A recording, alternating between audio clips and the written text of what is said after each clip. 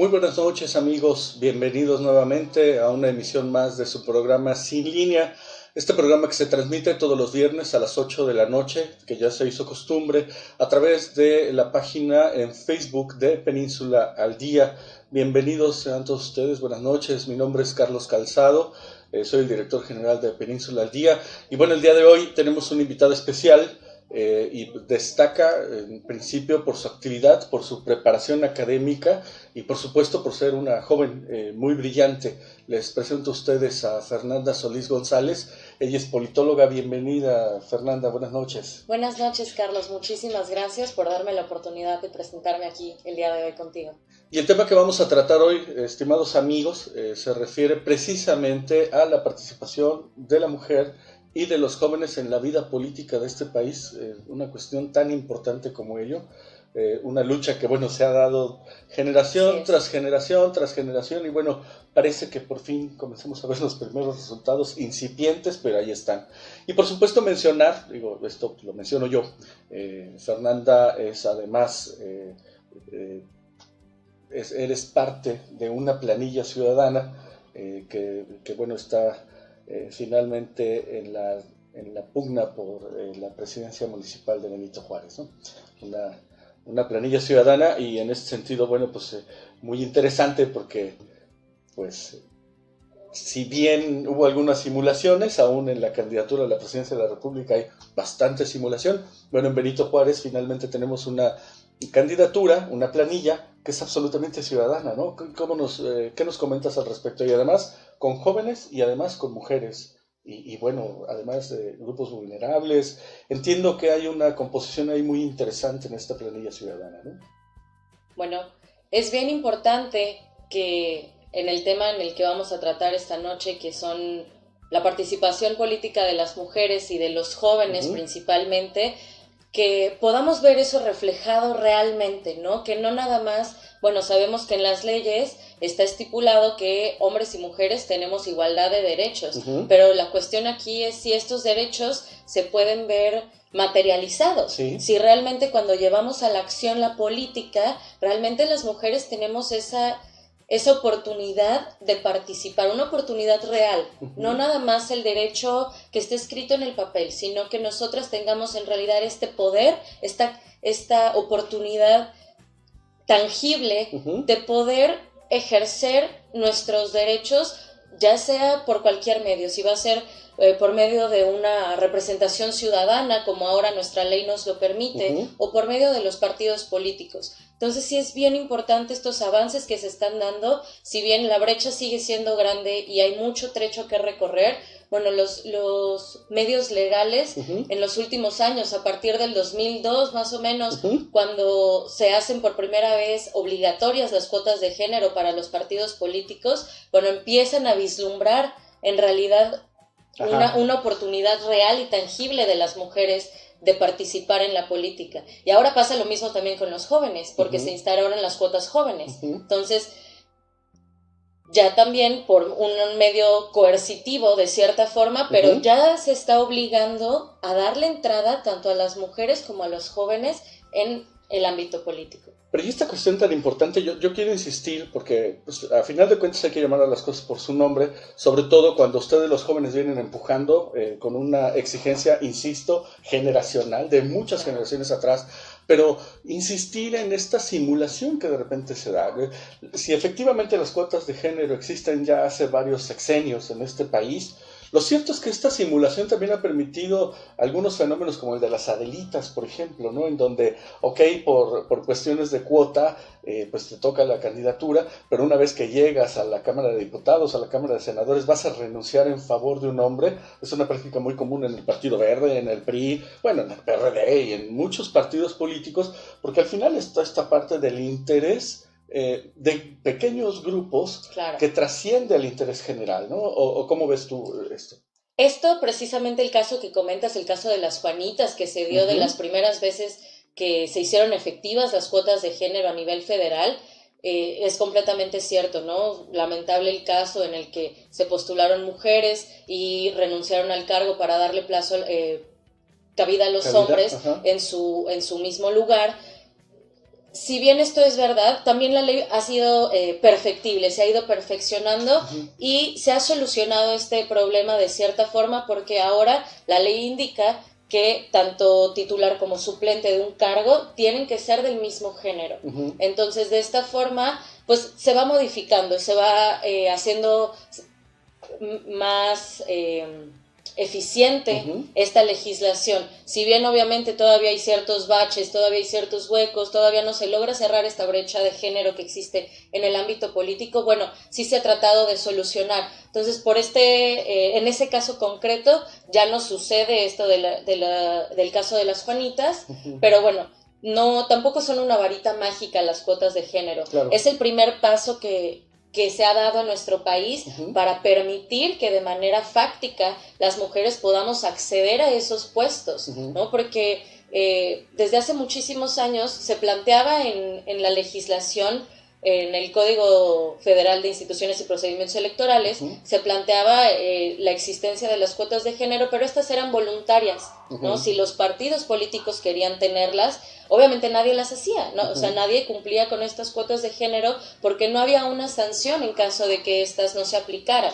Era completamente voluntario. Entonces eso se traducía a que las mujeres, aun cuando teníamos de jure por ley el derecho de acceder a estos cargos, pues no podíamos ejercerlos porque no se nos daba ese acceso a los cargos. Entonces, una vez que se vuelven obligatorias en el 2002, bueno, al menos ya por coerción, ya por obligatoriedad, pues las mujeres podían acceder a eso, y ha tenido impactos interesantes, ¿no? Antes de las cuotas de género obligatorias, antes del 2002, la participación política de las mujeres en la Cámara de Diputados y en el Congreso era del menos del 12%, y en la legislatura actual, donde ya no nada más es una cuota de género, sino ya se instauró el principio de paridad, bueno, ya vemos una participación aproximada del 40% de mujeres. Entonces, sí ha habido un cambio bien grande, que no es la única solución a los problemas a la violencia de género. No es la única solución, porque tampoco son varitas mágicas las cuotas que de una noche a otra ya van a solucionar el problema, pero sí es un paso adelante, sí es una forma de empezar a cerrar esta brecha. Y fíjate qué interesante lo que tú mencionas, porque además, insisto, a las cosas por su nombre, sí es una forma de ejercer violencia de género. Por supuesto que te desconozco, no tienes el nivel o no eres hombre y por lo tanto no te considero y te voy a hacer a un lado y voy a ver cómo hago para hacer uso de las lagunas legales, etcétera. Pero eso es violento finalmente. Claro, y es bien importante que ahorita los nuevos proyectos incluyen a mujeres, y no incluyan a mujeres nada más por cumplir con la cuota, sino que se busque, porque las mujeres también tenemos mucho que aportar.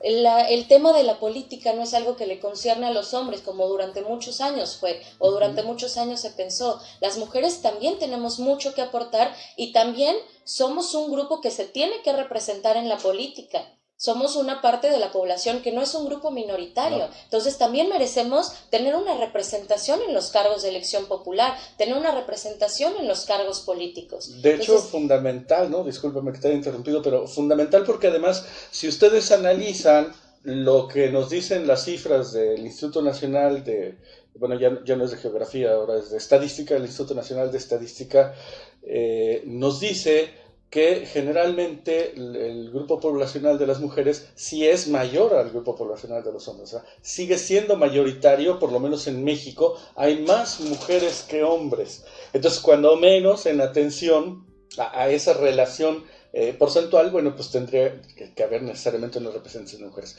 Y miren ustedes, amigos, qué interesante esto, porque además Fernanda no solamente es mujer, sino que además, bueno, representa también al sector de los jóvenes que también han sido abandonados, un poco dejados al garete, no se les incluye en las propuestas políticas, aun y cuando nuestros jóvenes tienen muchas cosas que decir. Por eso es que de repente nos los violentan y nos los desaparecen, pero bueno, esto es otra historia. Pero bueno, está esta parte muy importante que es el sector juvenil, y además politóloga. Qué interesante. en tanto hemos estado platicando estos poquitos minutos que llevamos, chequen ustedes la preparación que tiene Fernanda, por ejemplo, y que por supuesto que esta es la razón por la cual pues se le toma en cuenta para, insisto, para armar esta propuesta ciudadana. Y comentar algo además importante, ¿no? O sea, evidentemente, y digo, estaríamos faltando a la verdad o algo similar si no mencionáramos que pues por supuesto que estamos hablando de la fórmula que encabeza Isaac Hanix y que es finalmente ciudadano y que está integrando esta propuesta con ciudadanos, insisto, de todos los sectores de la población que tendrían que estar representados, ¿no? Entonces, en este sentido es que, insisto, están representados los jóvenes, están representadas las mujeres, en esta parte de los grupos vulnerables, ¿tienen ustedes integrado a alguien y qué sector representa? Bueno, es bien importante, como tú mencionabas, ¿no? En general, vamos a ser muy respetuosos de los tiempos electorales y todos sabemos que no podemos hacer ciertos comentarios, pero a mí me gustaría comentar de manera genérica que es bien importante que se tomen en cuenta los distintos sectores. Los jóvenes, por ejemplo, somos un grupo que muchas veces somos hechos a un lado porque se piensa que carecemos de madurez, que carecemos de preparación, y no siempre es así. Obviamente, pues no tenemos la experiencia que puede tener una persona adulta, claro está, por la edad, ¿no? No es cuestión de absolutamente nada más que los años vividos. Sin embargo, creo que los jóvenes tenemos mucho que aportar, tenemos muchas ideas nuevas, estamos en constante renovación, estamos en constante contacto con el medio que nos está rodeando ahorita, que muchas veces las personas más adultas pues están acostumbradas a hacer las cosas de cierta forma y no se dan cuenta que el mundo ha evolucionado, que ya no estamos viviendo bajo las mismas circunstancias, bajo las mismas situaciones, y los jóvenes sí, pues es el ambiente en el que nos desenvolvemos todos los días, ¿no? Más actual. Entonces es bien importante que se nos tome en cuenta. Nosotros a veces, el grupo de jóvenes involucrados en la política o en este tipo de temas, llamamos a este concepto, cuando se nos hace a un lado o no se nos toma en cuenta nuestras opiniones por parte de los adultos, lo llamamos la adultocracia, que ellos pues piensan que no estamos lo suficientemente preparados para poder opinar, que cualquier adulto puede saber más que nosotros por el simple hecho de tener una edad más avanzada. Y no siempre es así. Hay muchísimos jóvenes que están muy bien preparados y que de verdad tienen ganas de hacer un cambio. Entonces sí es muy importante que cualquier proyecto político que se vaya a hacer sepa diferente, ¿no? Que sepa diferente, que incluya a diferentes grupos, que incluya a personas en situaciones de vulnerabilidad, que incluya a personas con discapacidad, que tenga este tacto humano, este sentido humano de saber que tenemos que formar una sociedad en la que todos podamos involucrarnos de una forma perfecta, para que todos podamos opinar, que se tome en cuenta la opinión de absolutamente todos y que se generen estas políticas públicas que beneficien a todos los sectores de la sociedad, sean las personas con discapacidad, sean las personas con orientaciones sexuales distintas, con identidad de género diferente. Entonces está muy interesante todos estos proyectos en los que se engloban a estas personas, en los que se les toma en cuenta. Y fíjate qué interesante, por ejemplo, dices, hay una visión, estoy de acuerdo contigo, hay muchos adultos que están cerrados y que dicen, bueno, es que los jóvenes no tienen la suficiente experiencia. Yo quisiera preguntarle a usted, amigo que nos está viendo y que vive, por ejemplo, en la ciudad de Cancún, con todos los problemas que tenemos en la ciudad de Cancún, no solamente de violencia, digo, ese es uno de muchísimos problemas, el problema del manejo de la basura, que yo he sido muy insistente con esto, el tema de, bueno, el ordenamiento vial, que no han sido capaces de atender, que tenemos unos problemas terribles, pero ¿sabe usted algo? Nuestros jóvenes viven diariamente, cotidianamente, estos problemas. ¿Qué más experiencia requiere el joven para poder participar, para poder opinar? Pero además el joven tiene necesidades muy específicas que nosotros los adultos no tomamos en cuenta. ¿Cómo voy a llegar a la universidad? ¿Cómo me voy a mover? ¿A dónde me voy a divertir? ¿Es seguro el lugar a donde me voy a divertir? ¿Realmente están aplicando políticas para proteger a los jóvenes de que no les adulteren el alcohol, por ejemplo? Y que eso lo hacen adultos, discúlpeme usted. En fin, una serie de prácticas que no estamos cuidando y que al final lo que ponemos en riesgo son precisamente a nuestros jóvenes. Entonces, ahí está la experiencia y la preparación, pues es que, vaya, pues para muestra un botón. O sea, en verdad estoy muy admirado de la capacidad que tienes, Fernanda, como politóloga, la claridad con la que hablas, el manejo de las ideas, y es muy interesante. Y al final, ¿cuántos años tienes? 22. 22 años. O sea, es realmente muy joven y sin embargo tiene un background muy interesante, mucha información y sobre todo un contacto con la realidad, que eso es lo que estamos viviendo. Y de ahí la importancia, y perdón que emita una opinión aquí, pero ahí radica la importancia de una propuesta ciudadana. ¿Por qué? Pues porque somos los ciudadanos los que estamos en contacto con nuestra realidad. Si me lo permites, vamos a leer algunos saludos. Esteban Díaz de Bello, Fer, una mujer con muchas cosas por dar para nuestro municipio. Saludos. Carlos Puc Cowo, Víctor Escobar Pimpón nos está viendo. Julio J. Paniagua, Isaac Janix, saludos. Rosario Bolaños Rodríguez, con Ciudadanos y para Ciudadanos comenta. Saluda Erika Romo. Macarena Huicochea, saludos. ¿De qué agrupación es esta señorita? Bueno, pues lo mencionamos. A Fernanda le preocupa y es muy puntual respecto de no cometer algunas violaciones a la legislación electoral. No obstante, en este caso el conductor es quien se los va a decir. Fernanda es parte de la planilla ciudadana que contiende por la presidencia municipal de Benito Juárez. Lo dejamos hasta ahí para no mencionar entonces al candidato, pero pues que a todo el mundo le queda claro pues cuál es el candidato, ¿no? Entonces, saludos. Macarena es una seguidora de Península al Día, muchos saludos. Y nos dice también Macarena, sin duda, la política debe ser incluyente, pero la experiencia de perspectiva y prudencia. Nos hace un comentario más y nos dice, felicidades Carlos por este proyecto, muchísimas gracias Macarena. Y sabes, además Macarena que es una mujer muy profesional, una comunicóloga, además escritora, es una mujer también muy preparada, una mujer que habría que también escuchar en estas propuestas ciudadanas. Y bueno, pues Macarena, sabes que las puertas de este proyecto están abiertas el día que gustes. Uy, nos encantaría conocerte, Macarena. ¿No? Entonces, mira, pues ahí tenemos, vamos a poner por supuesto los contactos para que ustedes puedan finalmente pues entrar en comunicación. Y bueno, pues las puertas abiertas, si lo sabes, Macarena. Julio J. Paniagua, felicidades Fernanda. Joshua Orestes, Buenfil lo está viendo. Hola Joshua, ¿cómo estás? Irene Soto, hola Irene, qué bueno que nos estás viendo. Aníbal Solís Cicerol, la psicóloga Claudia Hernández Macías lo está viendo. Y nos dice Joshua Orestes, Fer es una chica muy preparada, sin duda será una muy buena regidora. Mira, ya te están adelantando el triunfo, qué bueno, ¿verdad? Enhorabuena. Erika Romo, Fer es un ejemplo e inspiración para nosotros las mujeres, porque a su corta edad, insisto en que coincidimos, demuestra un gran profesionalismo, dispuesta a cambiar los paradigmas de la política. Pues efectivamente, aquí está, amigos, la prueba pues de que finalmente tenemos que voltear a ver a nuestros jóvenes y que tienen muchas cosas que decir. Yo quiero insistir en la pregunta porque recuerdo que cuando fue la presentación de la planilla, efectivamente, habían incluso integrantes de, por ejemplo, personas con preferencias sexuales diferentes, habían también personas de la tercera edad, en fin, es una planilla muy completa esta, ¿no? La planilla ciudadana para Benito Juárez. Así es, los proyectos ciudadanos han intentado incluir a distintos sectores de la población para poder hacer precisamente esta política incluyente y esta política que tome en cuenta a todos y que todos se sientan parte de.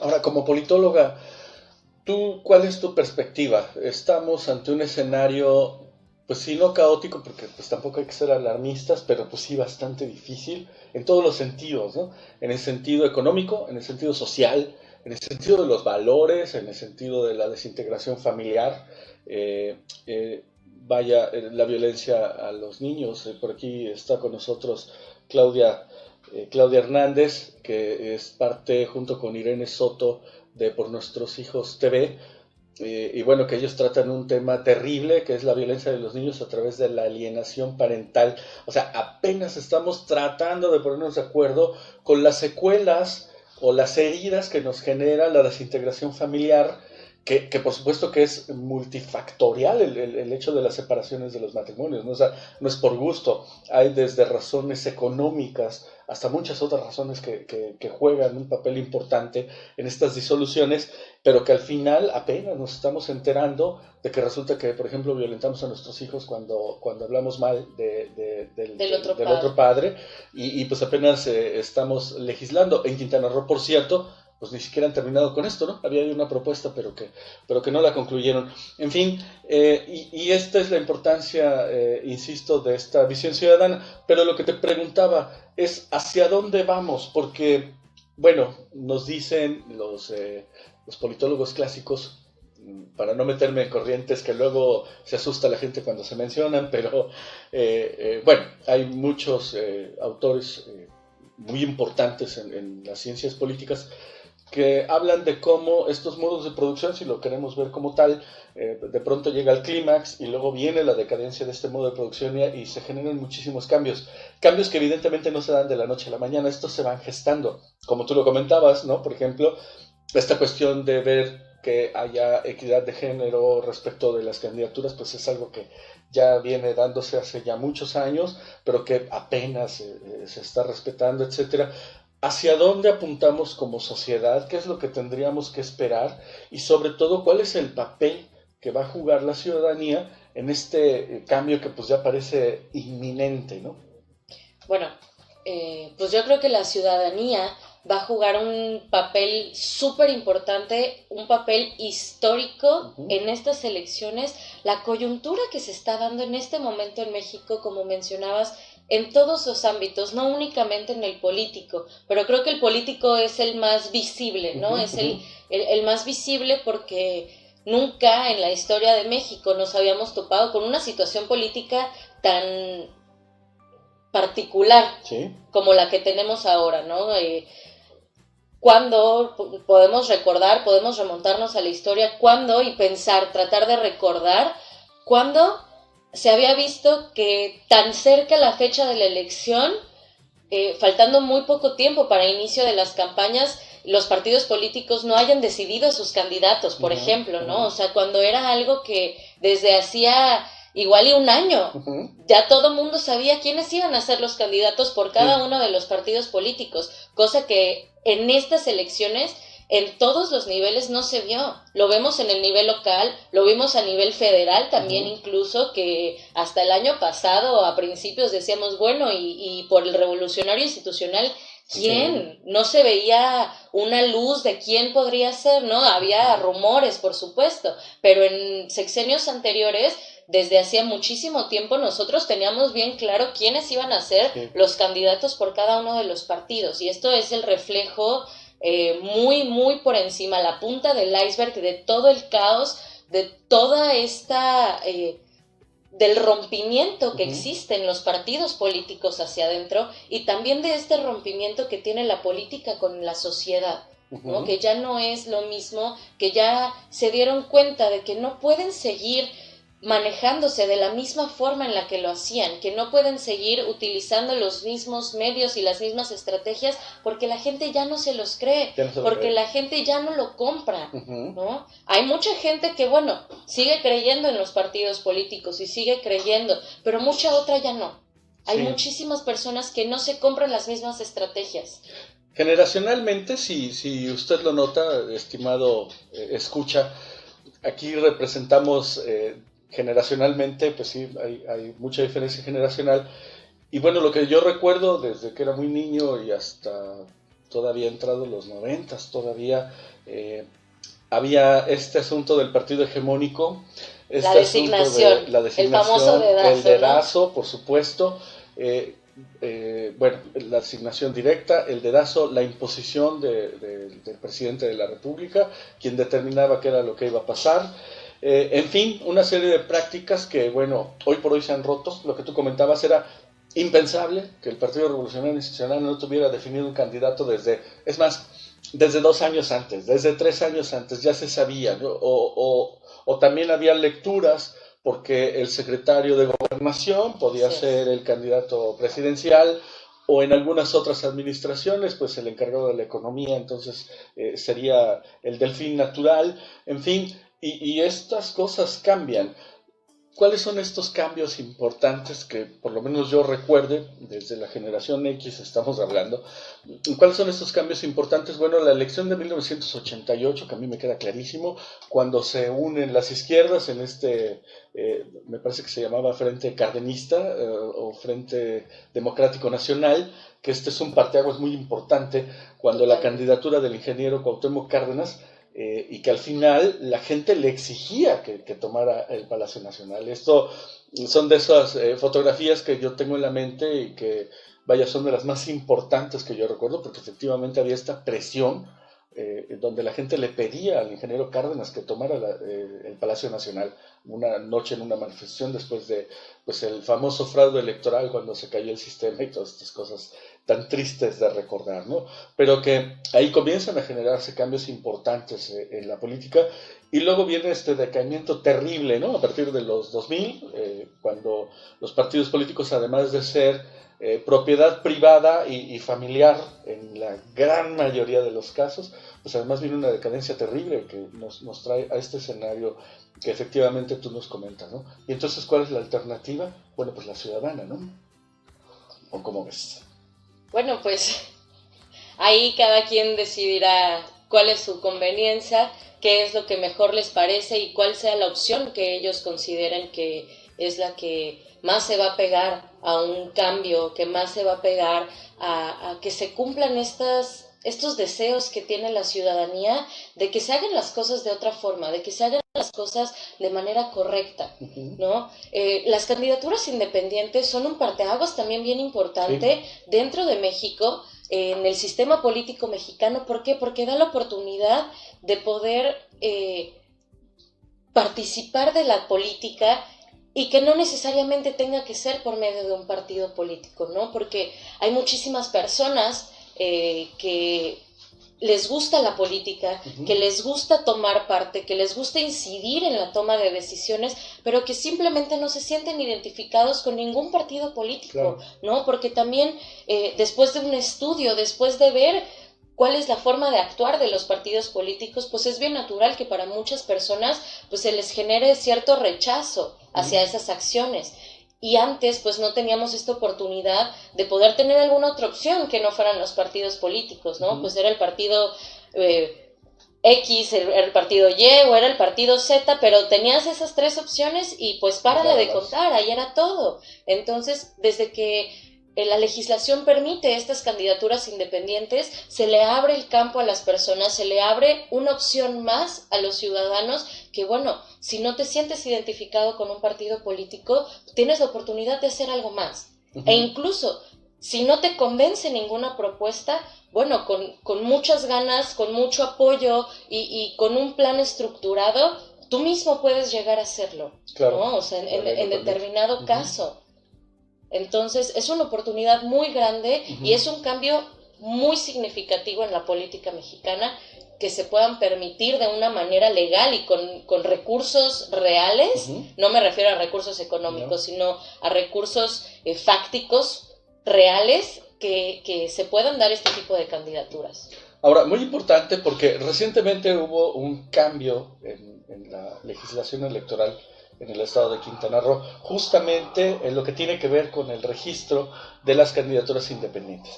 Cuando se trabaja el tema de las candidaturas independientes, todavía durante la administración anterior, la de Roberto Borja Angulo, había ciertos candados que se pusieron a propósito a las candidaturas ciudadanas, como por ejemplo el porcentaje que se tenía que presentar de firmas ciudadanas de apoyo para que alguien pudiera registrarse como candidato independiente, entre otras muchas cosas. Yo recuerdo, porque además estuvimos trabajando en una propuesta de reforma precisamente a esta legislación electoral, había, entre otros condicionantes, el hecho de que tú tenías no solamente que recabar la firma y los datos de la credencial de la persona que te iba a dar el apoyo, sino que además tenías que presentarlo. Todas las personas que te habían firmado ese documento tenían que hacer presencia en el órgano electoral junto con el candidato o con el aspirante pues a candidato independiente, para que el Instituto Electoral de Quintana Roo pudiera certificar que efectivamente correspondía a las firmas y que eran las personas que traían su credencial de elector. Lo cual, bueno, pues obviamente pues es un muy mal chiste, ¿no? Porque si yo apoyo a alguien, le doy mi firma para que pueda ser candidato independiente, y luego me dice, fíjate que el martes o miércoles, que es un día que yo laboro, pues te tienes que presentar a las 9, 10 de la mañana en las oficinas del IECRO, para certificar que efectivamente tú eres quien nos dio esa firma de apoyo, bueno, pues mejor no voy, ¿no? Y en ese momento se cae la candidatura. Sin embargo, viene este trabajo que hacen los diputados de esta legislatura, y en ese sentido va la pregunta, de repente hago mucho parteaguas, pero tú cómo ves, como joven y como politóloga, me parece que sí hay también un parteaguas importante político en el Estado, a partir de esta nueva administración, a partir de esta 15ª legislatura. ¿Cómo ves los trabajos que están haciendo y finalmente estos cambios que están generando en la legislación en Quintana Roo en general? Bueno, se han tocado temas muy importantes en las legislaturas actuales. Como te comentaba, ¿no? Hay ciertos trabajos legislativos específicos que se han ayudado a cerrar brechas. Claro que es bien importante también tener en cuenta que cualquier proyecto político tiene que tener una integración de diferentes estrategias, de diferentes alternativas para poder llegar a un fin, ¿no? A veces también es bien fácil decir, ay, bueno, yo apoyo esta legislación acerca de un tema en específico, digamos, de las candidaturas independientes.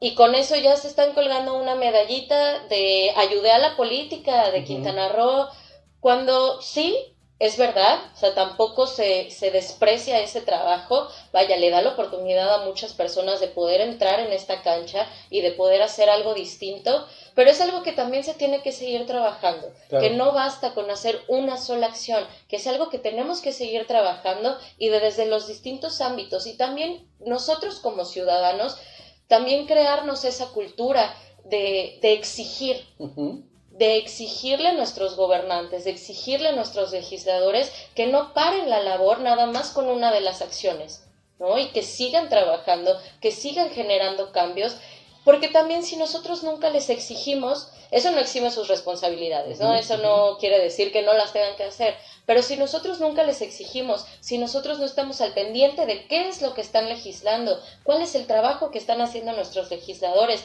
qué han dejado ahí en la bandeja, qué han dejado de enfriarse, cuáles son los temas en los que ni siquiera se están adentrando y que son una problemática que existe en nuestra ciudad o en nuestro estado o a nivel nacional incluso, pues tampoco podemos saber qué es lo que está sucediendo a ciencia cierta, con los datos en la mano.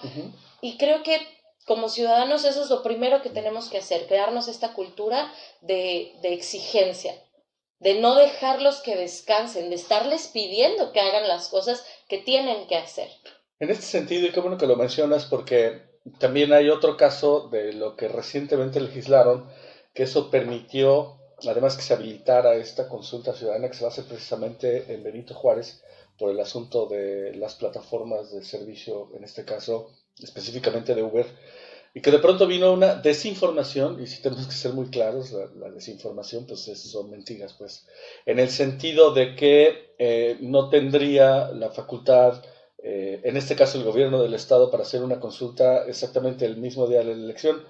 Sin embargo, lo que no se considera son estas reformas que se hicieron precisamente en la ley de participación ciudadana. Para allá va la pregunta.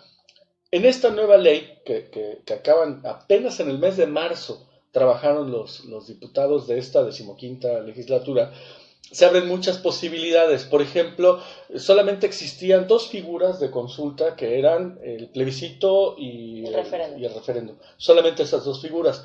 Ahora se abren muchas más posibilidades, entre ellas la consulta ciudadana directa, que se puede hacer además en épocas electorales, y que creo que sí ahorra un poco de recursos, porque finalmente es la misma estructura, ¿no? Con las casillas y todo lo demás, pero quiero aterrizar. Pero entre estas figuras que son innovadoras, hay una que a mí me llamó muchísimo la atención, que se llama la silla ciudadana. Explico de qué se trata. Muchas veces nosotros como periodistas, porque pocas veces se acerca a los ciudadanos, llegan a una sesión del cabildo, y el cabildo finalmente es el que te representa de manera más directa porque es en el municipio, y de repente vemos que toman decisiones que dicen, oye, qué barbaridad, esto está muy alejado del interés ciudadano, esto es contrario al interés ciudadano, y sin embargo, pues ahí se ponen de acuerdo entre los regidores y pues lo aprueban, ¿no? Pero ahora esta nueva ley de participación ciudadana permite al ciudadano a tener un lugar en una sesión de cabildo cuando este ciudadano tiene la necesidad de presentar una alternativa, una propuesta, una iniciativa para que se tome en cuenta y se trabaje en este cabildo para darle respuesta a este ciudadano que tuvo la intención de hacerlo. Entonces es parte de la ley de participación ciudadana que es a nivel estatal, pero que además sí determina que por supuesto los ayuntamientos tendrán que terminar de reglamentar cómo se le va a dar este uso de la palabra al ciudadano a través de la ciudad ciudadana. ¿Cómo ves esta alternativa y qué tanto crees tú que pudiera fortalecer, en este caso, pues a la nueva administración municipal de Benito Juárez?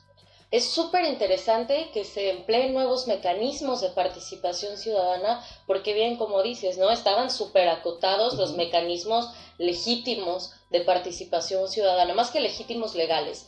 Entonces, bueno, antes ni siquiera el plebiscito y el referéndum, sí, no. O sea, antes el único mecanismo de participación ciudadana que teníamos, pues eran las elecciones. Y eso sí te convencía a votar por alguno de los partidos políticos, que eran los únicos que tenían la posibilidad de postular candidatos. Entonces, es un paso adelante definitivamente que se instauren nuevos mecanismos de participación ciudadana, porque las elecciones no son el único. Es tal vez el más importante que existe en nuestro país hasta ahora, porque así lo indica la ley, así lo permite la ley. Sin embargo, no es el único. Y como ciudadanos tenemos que tener otras herramientas, otras acciones que podamos nosotros hacer para poder incidir en esta toma de decisiones, para poder ser partícipes de la política y no nada más como gobernados, ¿no? Sino que también nosotros nos sintamos parte de esta toma de decisiones y que también podamos involucrarnos e incidir. Esto de la silla me parece a mí fenomenal, aunque ahí también habría que ver bajo qué términos se tienen, ¿no? Porque, por ejemplo, los plebiscitos y referéndums sí, te consultan, dependiendo si es una política pública o una acción de gobierno, te van a consultar, pero al final no tiene dientes esa consulta. ¿Por qué? Porque no tiene una repercusión, porque el gobierno no está obligado a tomar una acción conforme al resultado de esa consulta. Sí. Por eso es simplemente una consulta ciudadana, ¿no? Te vamos a preguntar. Bueno, entonces nosotros como ciudadanos exijamos que se reforme y que podamos nosotros incidir de una manera real con el resultado de esas consultas. Déjame decirte a propósito, porque ese tema es muy importante el que estás manejando. Efectivamente, la anterior ley de participación ciudadana, pues decía al principio, bueno, en principio quitan algunos temas que son importantes como los presupuestos y algunos otros temas en donde dicen, bueno, ahí no puedes consultar porque, bueno, pues porque son políticas de gobierno. Y bueno, posiblemente se pudiera entender que efectivamente, no, a mí me parece que tendrían que participar los ciudadanos en cualquiera de los temas, pero de acuerdo.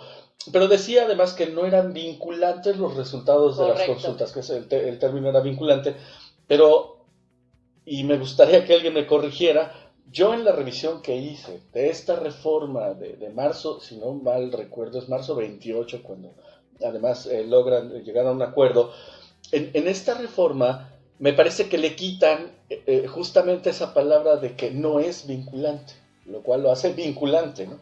O sea, entonces sí debe tener consecuencias. Insisto, no estoy muy seguro, a mí me gustaría mucho que alguien nos pudiera apoyar si conocen esta reforma que se hizo.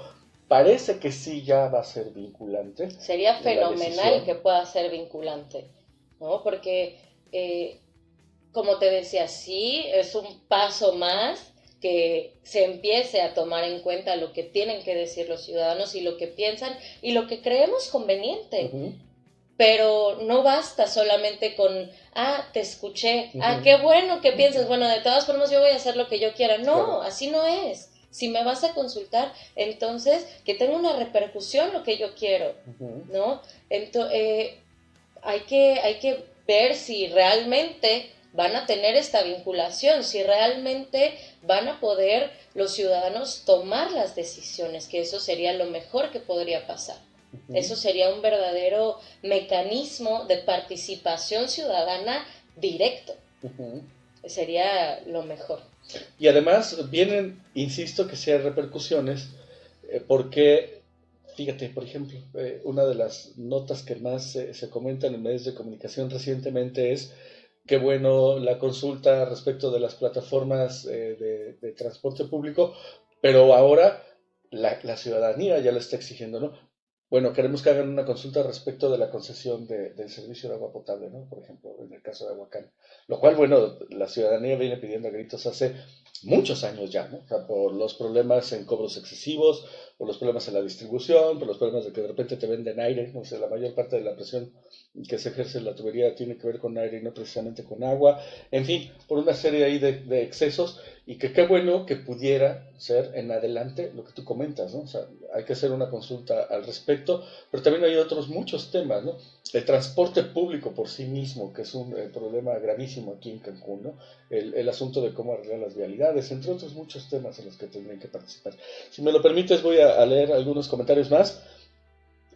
Nos dice, vamos a ver dónde nos hemos quedado. Sí, Carlos Puc, la juventud y capacidad, bien representados en una gran mujer como Fernanda Solís. Nos manda saludos también Ulises Xolo X, Rosario Bolaños Rodríguez. Ojalá que los jóvenes se interesen más por la política. Y Carlos Puc nos dice Janix. Y Esquivel Cruz, saludos Esquivel Cruz, si no me equivoco, el diputado Esquivel Cruz, que por fin le hicieron justicia y bueno, es diputado suplente, y al final, bueno, sale, bueno, quien era el titular, que si no me equivoco es Emiliano Ramos, y bueno, pues Esquivel Cruz, que además está involucrándose de inmediato y está manejando temas muy interesantes. Ojalá podamos tenerte en entrevista, estimado Esquivel, por segunda ocasión, porque además ya te tuvimos en este programa. Te mandamos un saludo. Y también nos manda saludos Luis Rat. Pues bien, y entonces de todo esto, ¿hacia dónde, insisto, hacia dónde tendríamos que enfilar nuestra atención? Ya hablamos del asunto de la participación ciudadana, ya hablamos de la necesidad de que sea vinculante, ya vimos el asunto de la silla ciudadana, pero me parece que el cambio también se tiene que generar desde el seno de las familias, ¿no? Totalmente. En la sociedad, en la relación con los jóvenes. ¿Tú qué crees que tendríamos que hacer? Tú dices que hay diferencias respecto de cómo se resuelven las cosas. Yo le voy a poner el nombre y el apellido, pues resulta que mi generación, y es una vergüenza admitirlo, ¿no? Mi generación estaba acostumbrada a resolver todo a través de la corrupción, a través de actos bastante vergonzantes, ¿no? Como estar vendiendo las decisiones en los ayuntamientos, como estar vendiendo decisiones importantes en los gobiernos, y pues desafortunadamente esto es parte de la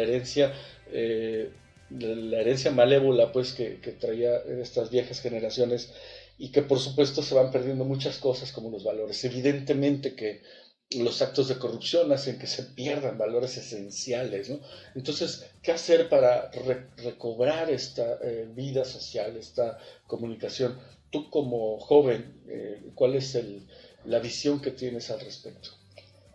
Bueno, yo considero que la educación, totalmente todo se va a cambiar a través de la educación, y con educación no únicamente me refiero a la que recibimos en las escuelas, no en la educación académica, sino que como familias, los padres de familia, tú como hermano, como primo de un niño pequeño, de un joven, te tomes a la tarea realmente de involucrarte con esta persona, de tratar de cambiar, de sembrarle una semillita de respeto, una semillita de responsabilidad, una semillita de cuidado al medio ambiente, de cuidado a las otras personas que nos rodean.